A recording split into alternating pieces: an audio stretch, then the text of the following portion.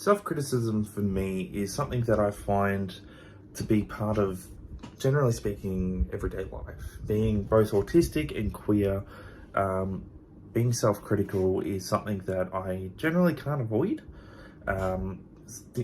It's mostly manifested in minute ways of minor aggressions towards myself. And these are things like second guessing literally everything I do, to second guessing whether or not I know what I'm talking about. Self-criticism also manifests itself for me in my depressive episodes and causes me to become just extremely lethargic when I feel that I am failing myself or others. And it can become very difficult to get anything done when I find myself in such a stagnant state, if that makes any sense at all.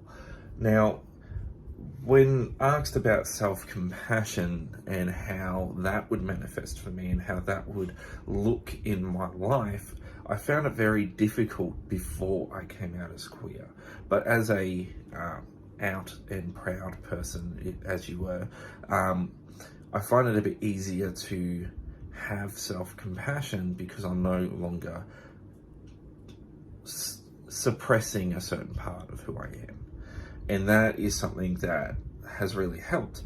But also having that kind of vocal affirmation. This is something that one of my friends at one of my churches said to me once was, have you said your affirmations for today? And I said, what do you mean? And she said, this was a lady in her early 90s at this time. She said, have you told yourself that you are able and you are happy and you are worth more than just the bag of bones and meat that you were made to be? And she was a bit more frank than that, but in basic terms, that's what she was trying to say. And it struck me that I'd never had this kind of mentality taught to me.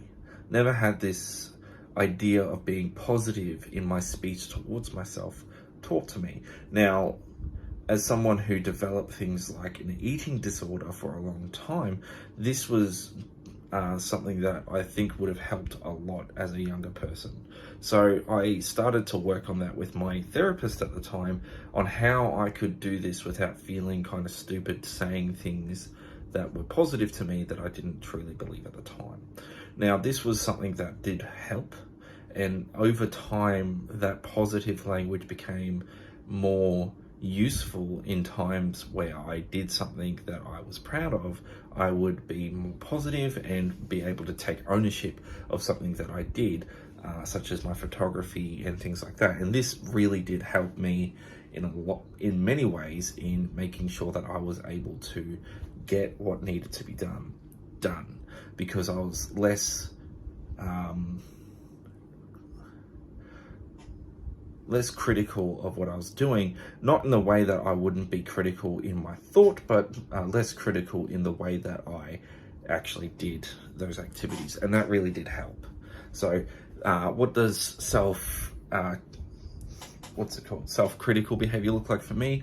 It's a lot of negative thoughts and a lot of difficult days. But self-compassion and working with therapists and even with these exercises that I've helped work on have helped me to become less negative in my thoughts and more positive in the way that I talk about myself and more positive in the way that I think about myself.